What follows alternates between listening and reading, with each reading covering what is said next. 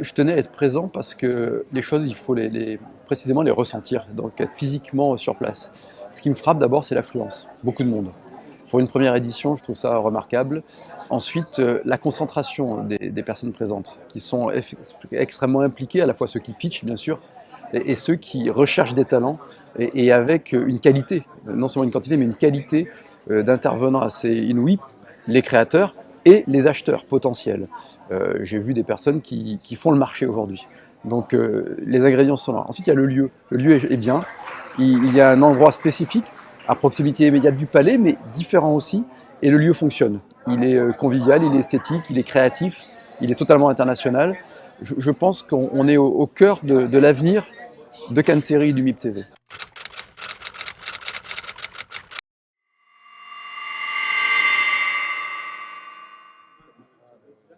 Notre ambition, c'est de faire avec Cannes Série le plus grand festival international de la série.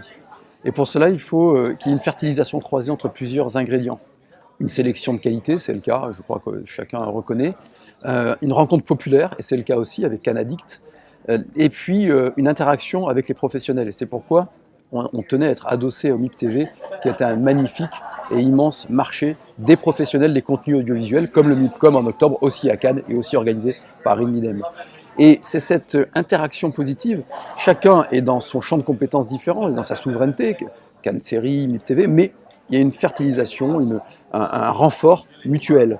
Et In Development, c'est à la croisée de cela, de Cannes Série, c'est-à-dire des œuvres qui sont projetées, qui sont diffusées, pour le grand public, et des professionnels qui doivent ressentir les tendances du marché, acheter des contenus et répondre à des objectifs aussi commerciaux. On est à la croisée de l'art et du commercial.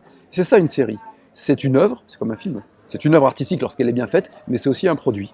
Et les deux dimensions doivent se retrouver.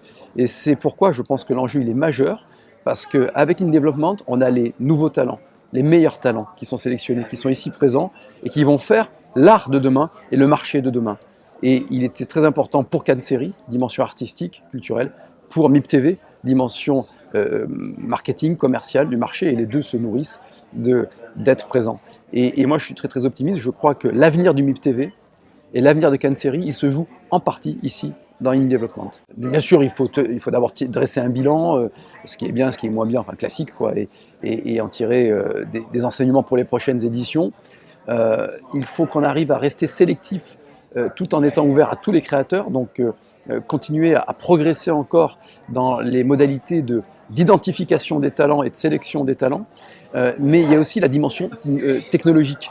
On voit bien avec l'accélération des supports, avec la convergence des supports, avec la montée en puissance de l'algorithmie et de l'intelligence artificielle, que la capacité de création et ensuite la capacité de diffusion, d'expression, de transmission, de partage, de commercialisation vont être bouleversés. Donc il faut que le développement soit le lieu qui accompagne ces montées en puissance des talents humains individuels, qui sont la base de tout. La base, c'est l'acte de création individuelle, mais également en connexion avec les nouveaux modes de production, de partage, de diffusion et de commercialisation.